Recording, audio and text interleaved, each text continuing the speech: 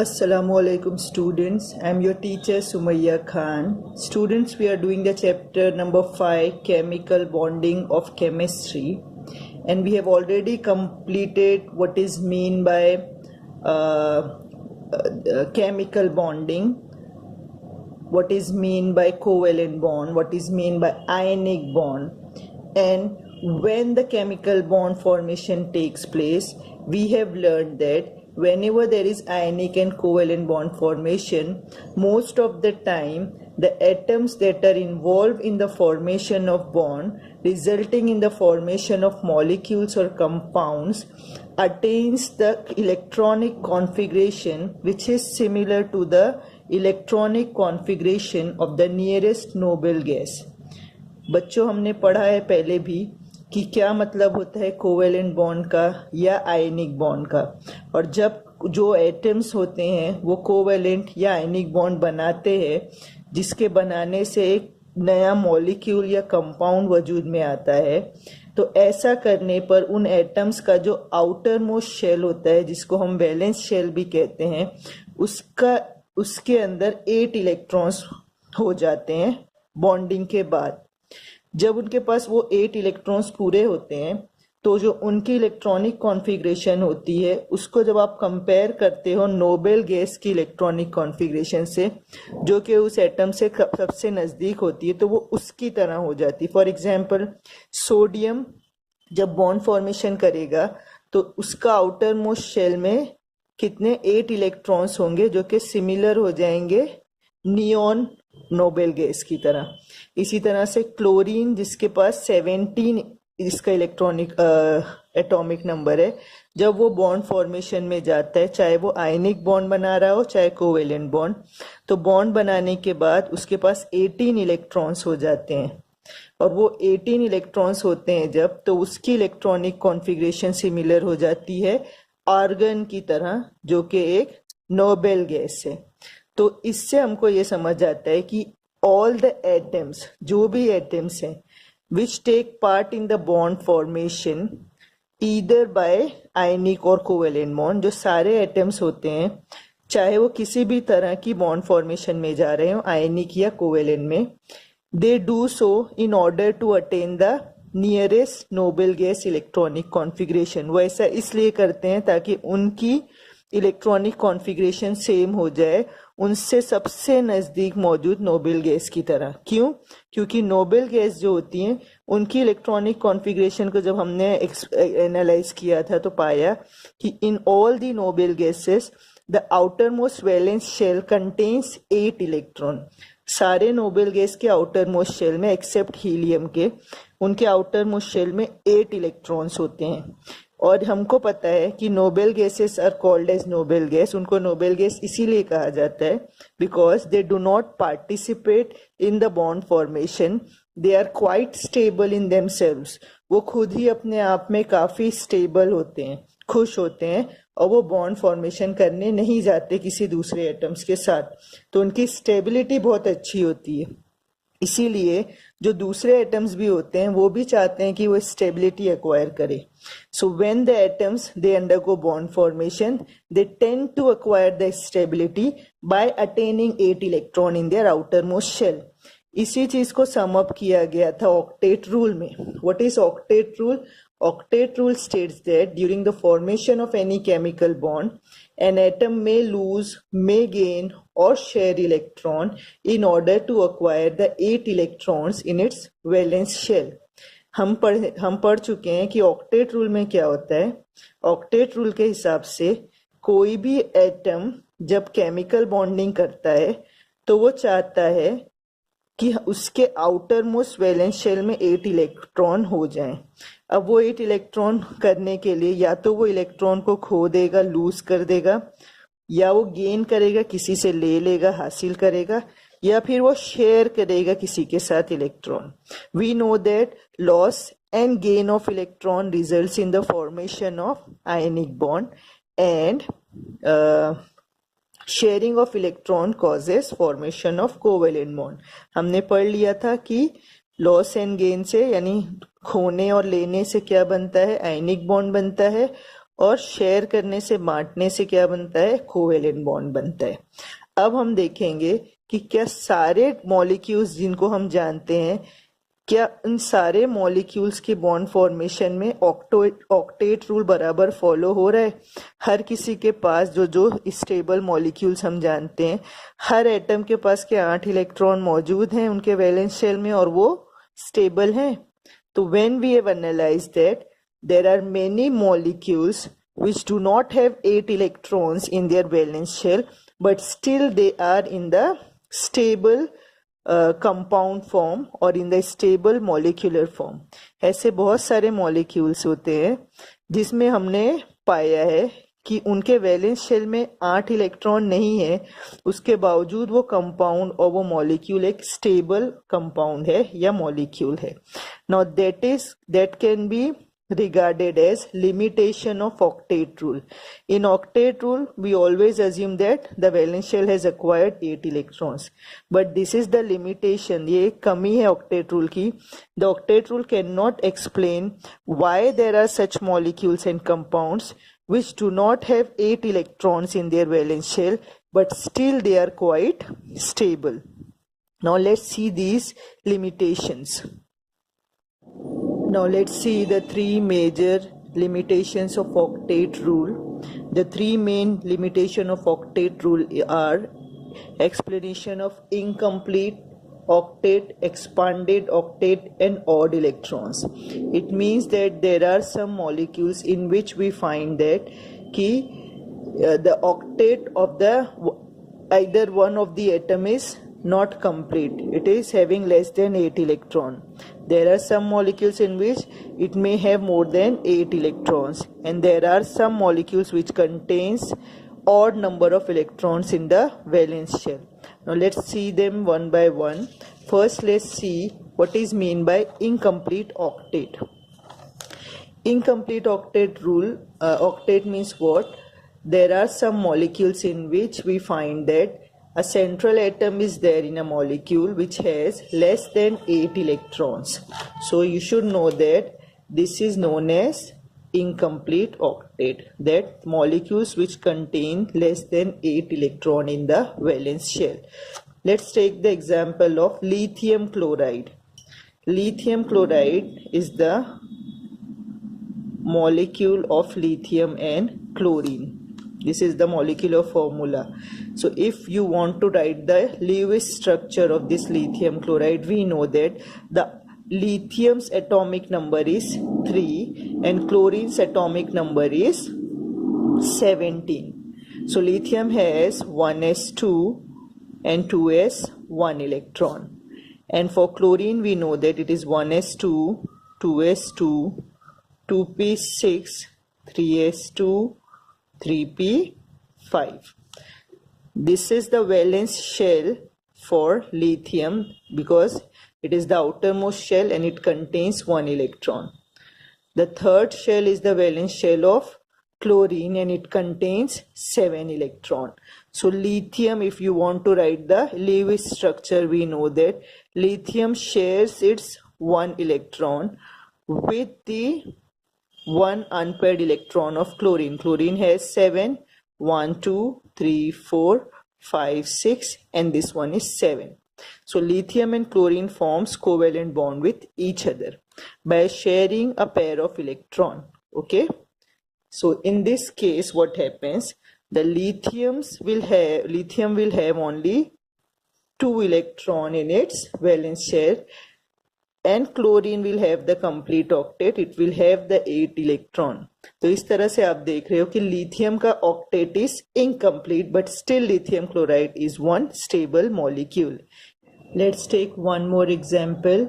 Let's take boron trifluoride BF3.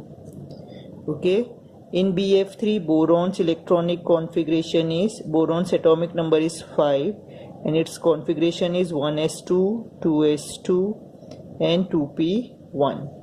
Okay, fluorine's atomic number is 9 and its configuration is 1s2, 2s2, 2p5. We can see here that boron has 3 electron in its valence shell and Fluorine has 7 electrons. So how do we write the structure of a Lewis structure? We write the symbol of boron and we write its valence electron. So according to Lewis, the symbol of an atom represents the kernel. Okay, so boron is represented by B, and these are the 3 valence electron of boron. It undergoes bond formation with fluorine, covalent bond formation with fluorine. Fluorine has 7 electron. So fluorine 1, 2, 3, 4, 5, 6 and 7. In the same way, fluorine 1, 2, 3, 4, 5, 6 and 7. Fluorine 1, 2, 3, 4, 5, 6 and 7.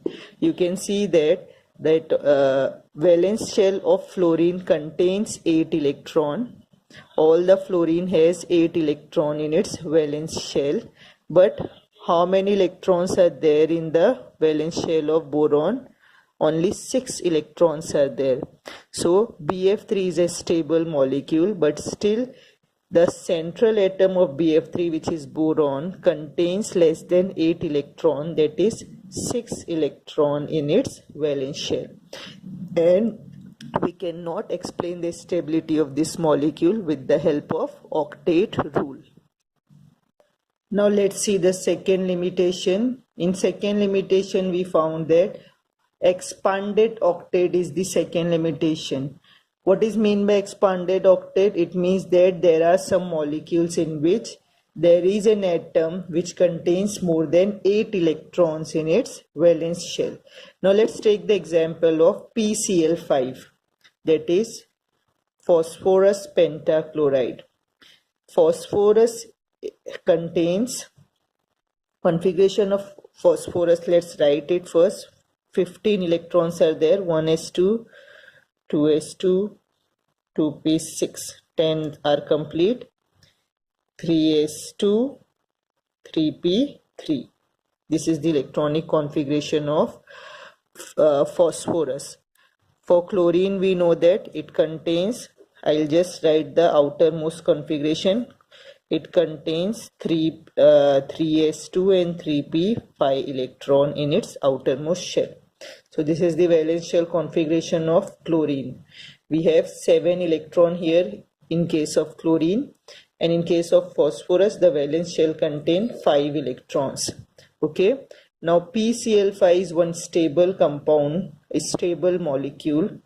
Now we can see that when we write the Lewis structure, we write the symbol and then we write the valence electron around that symbol. Okay, so phosphorus contains 1, 2, 3, 4 and 5 valence electrons. Okay, and all these 5 valence electrons are shared with what? Chlorine. Chlorine contains 7 electrons, 1, 2, 3, 4, 5, 6 and 7.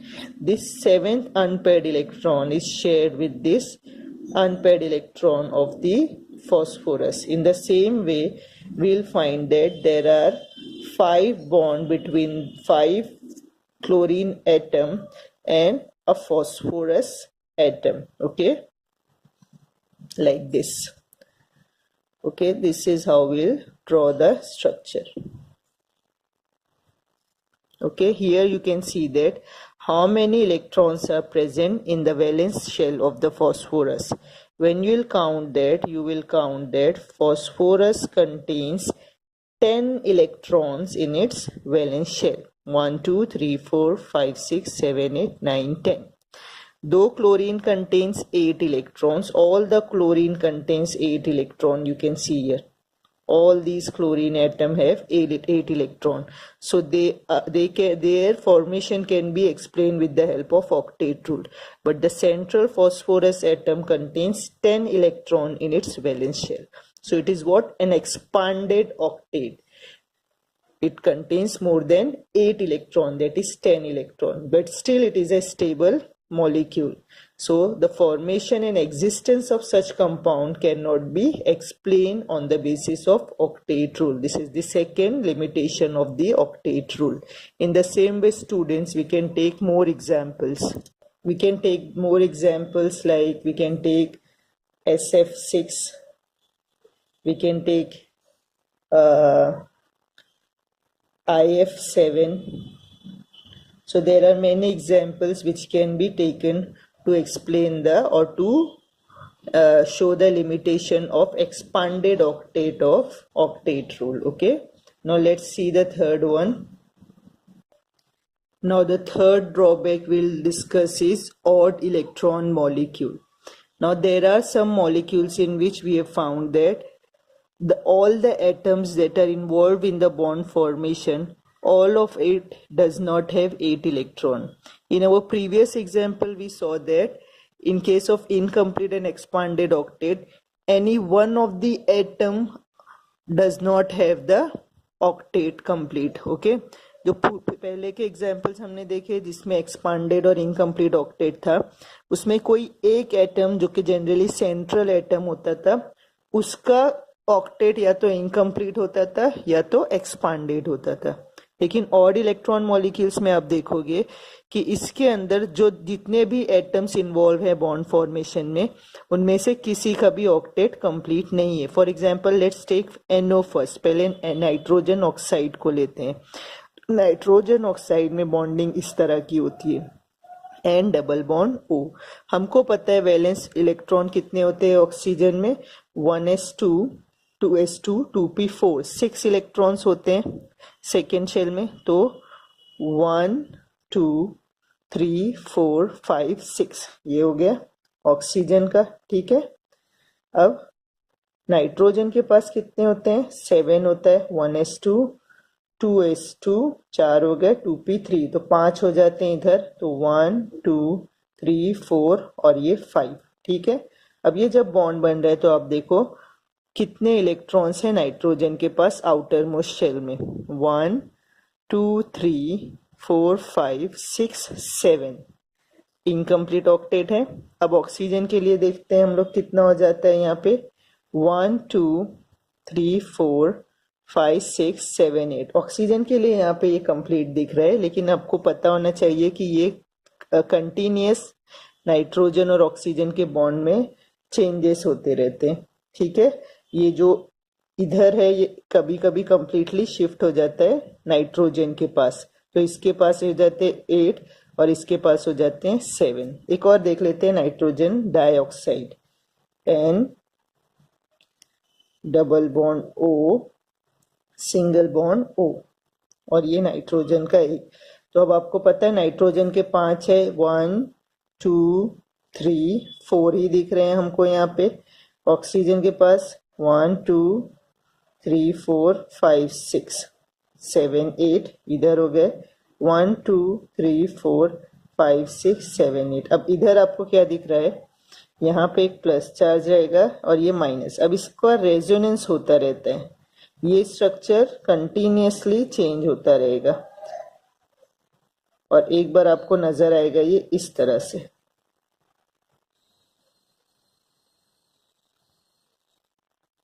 इसमें आप देखोगे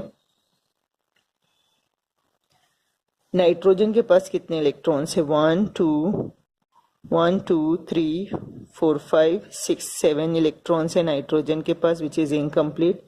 इस oxygen के पास है 1 2 3 4 5 6 7 8 और ये negative charge indicates 1 more electron. Okay, तो इसका एक्सपांडेड ऑक्टेट है, इसका इनकम्प्लीट ऑक्टेट है, इसका एक्सपांडेड ऑक्टेट है, इसका इनकम्प्लीट ऑक्टेट है. ठीक है, तो यहाँ पे ऑड नंबर ऑफ इलेक्ट्रॉन्स हो जा रहे हैं आपके ऑक्सीजन और नाइट्रोजन के पास. ठीक है, so this is what we cannot explain with the help of valence bond octet rule. Apart from these 3 limitations, we have more other limitations, like we cannot explain what is the shape and geometry of the molecule. आप किसी भी molecule के shape और geometry के बारे में आपको कोई मालूमात नहीं मिलती octet rule से. तो आप बोल सकते हो कि इसका चौथा limitation है क्या, inadequacy in explaining or cannot explain shape and geometry of the molecule. Octet rule cannot explain shape and geometry of any molecule. It can also not explain the relative stability of the molecule in terms of energy. आप देखेंगे कि एक ही तरह के covalent bond molecule बना रहे एक atom, लेकिन सबके एनर्जी लेवल डिफरेंट रहेंगे. तो एनर्जी के डिफरेंस के बारे में हमको कोई मालूमात नहीं मिलती ऑक्टेट रूल से. तो आप बोल सकते हो कि it can not explain the relative stability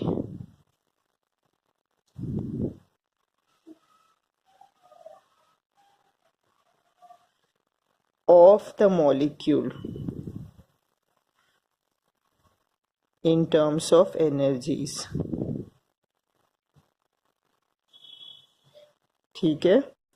So these are what some limitation of your octet rule. Look, we have discussed limitation in detail. It does not mean that octet rule is useless. We have seen that octet rule is very useful in explaining the normal valency of any molecule or any atom. किसी भी atom की normal valency हम लोग जब देखते हैं तो it can be easily satisfied with the by taking into consideration octet rule. हमको ऑक्टेट रूल की मदद से समझ में आ जाता है कि कोई भी एटम एक बॉन्ड, दो बॉन्ड, आयनिक बॉन्ड या कोवेलेंट बॉन्ड क्यों बना रहे. बहुत सारे मॉलिक्यूल्स को हम लोग इस तरह से समझ सकते हैं, लेकिन ये जो चीजें हैं कुछ मॉलिक्यूल्स की हमको नहीं समझ आती, तो ऑक्टेट रूल की मदद से हम इन्हें नहीं समझ सकते. तो every rule and every theory, such theory, octet rule is a theory, may have some benefits as well as some drawbacks. Okay, so those were the benefits which we have discussed in our previous lecture, and these are the limitations. Okay, तो आज हम लोगों ने किया है students क्या, what is octet rule, what are the limitations of octet rule. We have discussed it in detail with the help of some examples. Okay, so let's finish our lecture today until we meet in our next lecture. Allah Hafiz.